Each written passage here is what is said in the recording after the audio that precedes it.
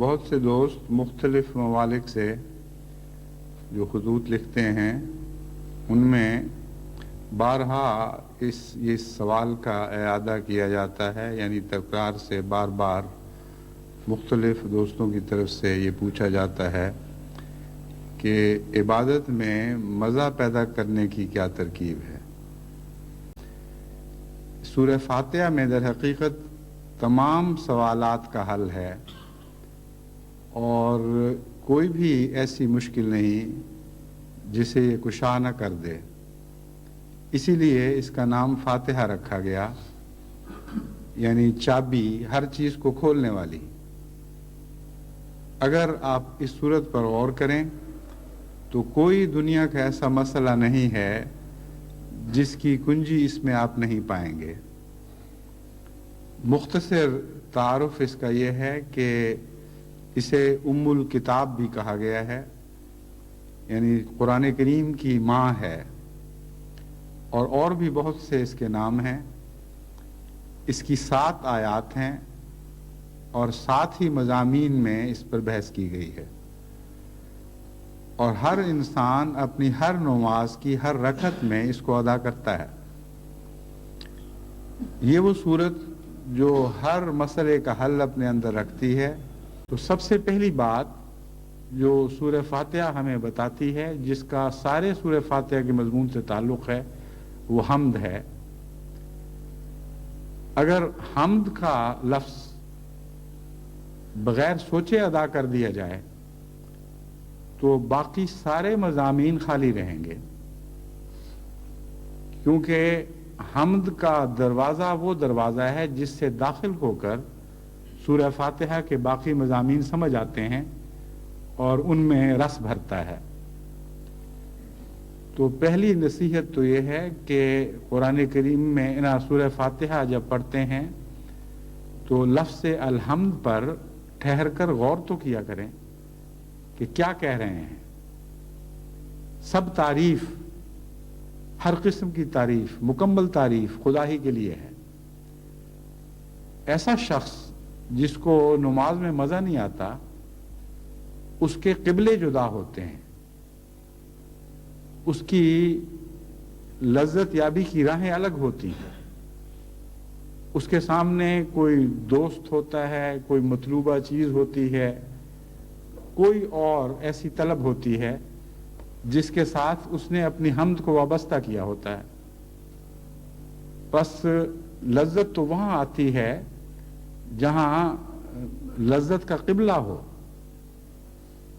اگر قبلہ اور طرف ہو اور آپ کا منہ اور طرف ہو تو آپ کو بے چینی پیدا ہوگی، لذت نہیں آئے گی۔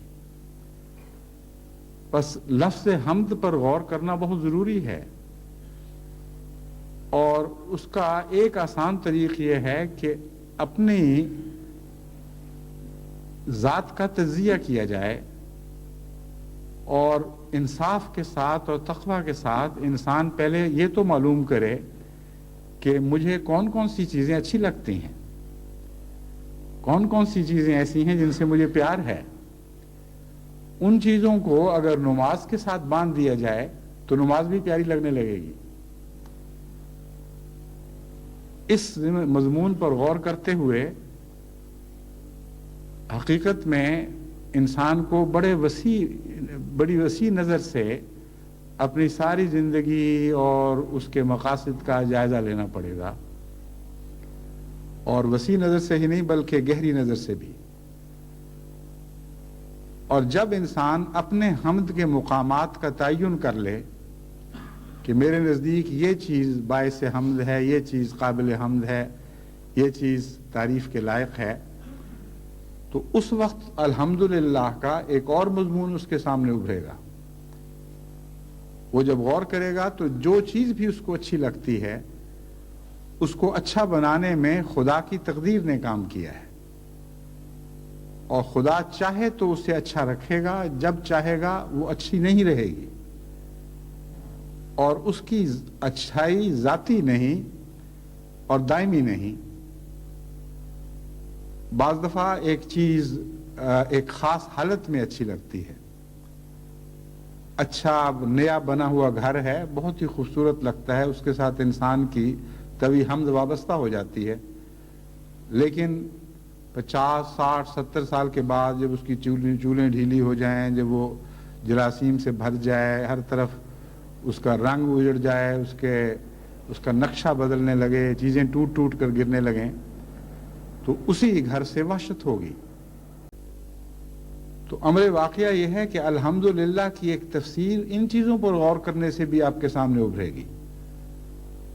جو چیز بھی آپ کو پیاری ہے اس پر آپ غور کر کے دیکھ لیں، اس کا حسن دائمی نہیں، اس کی لذت دائمی نہیں ہے، بلکہ اگر اس میں لذت موجود بھی ہو تو سیری کے بعد وہ آپ کے لیے آپ کی نظر میں اس کی اہمیت ختم ہو جاتی ہے۔ جو چاہیں آپ مزیدار کھانا کھائیں، آپ کو میسر ہو، کثرت کے ساتھ آپ کے عین خواہشات کے مطابق تیار ہوا ہو، جب پیٹ بھر جائے گا تو اس کی حمد ختم ہو جائے گی۔ لیکن ایک ذات ہے جس نے وہ حمد رکھی ہے ان چیزوں میں، اس کی حمد دائمی ہے، وہ ذاتی حمد ہے، اور اسی نے پیدا کی ہے۔ جب چاہے وہ حمد چھین لے۔ جب ان باتوں پر آپ غور کرتے ہیں تو آپ کا ہر قبلہ خدا کی طرف اشارہ کرنے لگتا ہے۔ تو اس نگاہ سے اگر آپ کائنات کی کسی چیز کو بھی دیکھیں تو ہر چیز کے ساتھ ایک حمد کا تصور وابستہ ہے، اور ہر چیز قبلہ نما بن جاتی ہے۔